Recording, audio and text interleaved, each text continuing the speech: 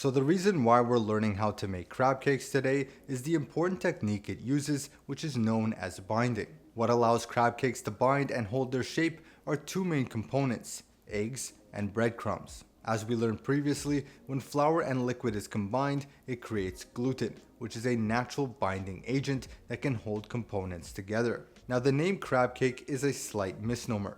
They're essentially what we call a fritter, which are typically deep fried but can also be seared in a pan. Now once you understand this technique, so many varieties can be explored, from zucchini and cheese to apple and cinnamon. The possibilities are endless. I encourage you to experiment with different flavors and pairings, but before we do, let's first learn how to make crab cakes. And the first step is to make the classic spice mix called Old Bay seasoning.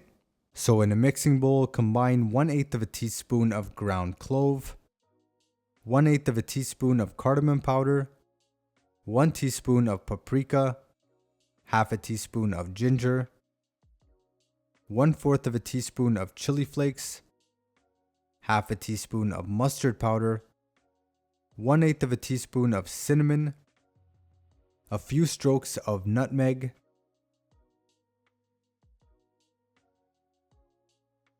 1/4 of a teaspoon of salt, and some freshly cracked pepper.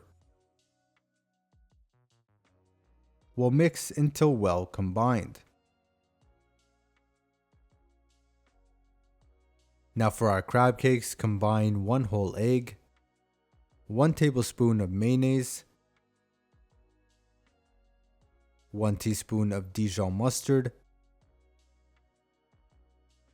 1 teaspoon of Worcestershire, 1/4 of a teaspoon of salt, half a teaspoon of our Old Bay seasoning, 2 tablespoons of diced celery, 2 tablespoons of chopped parsley, and 1 tablespoon of chopped dill.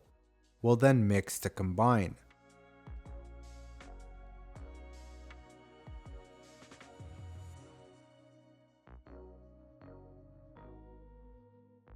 We'll add all of our crab meat followed by 1/4 of a cup of panko breadcrumbs. I'll then bring this all together. Now the breadcrumbs and the egg will help to bind the crab and other ingredients so that it stays together while cooking. We'll add this to a ring mold for some nicely shaped crab cakes. And you don't want them too thick, but you also don't want them too thin either. About 1/2 inch to 1 inch is a good thickness to aim for.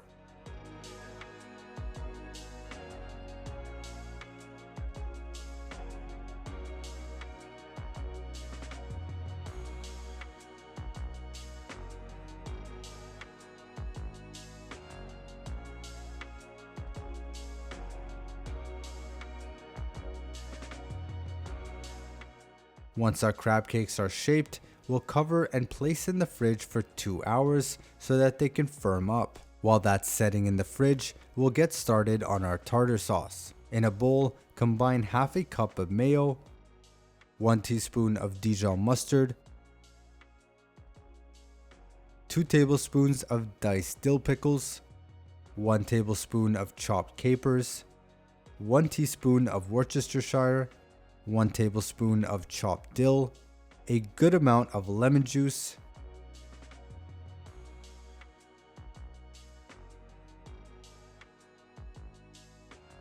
a pinch of salt,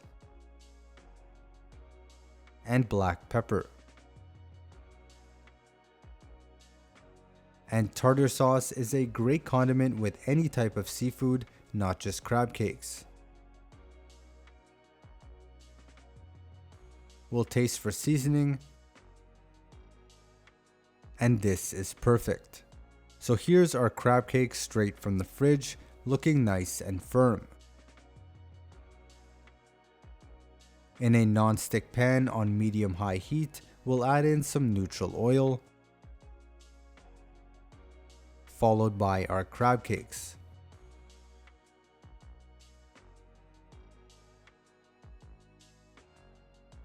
Now the crab is already cooked, so what we really want is to simply get some color on each side, as well as warm these through so that they're nice and hot.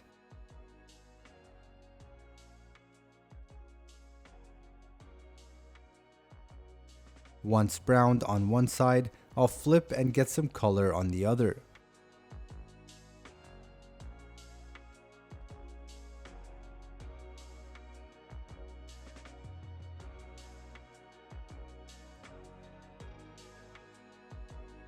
And this right here is looking really tasty.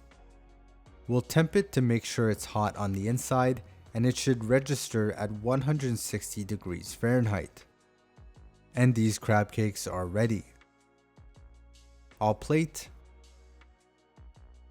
and then add a nice dollop of tartar sauce over top.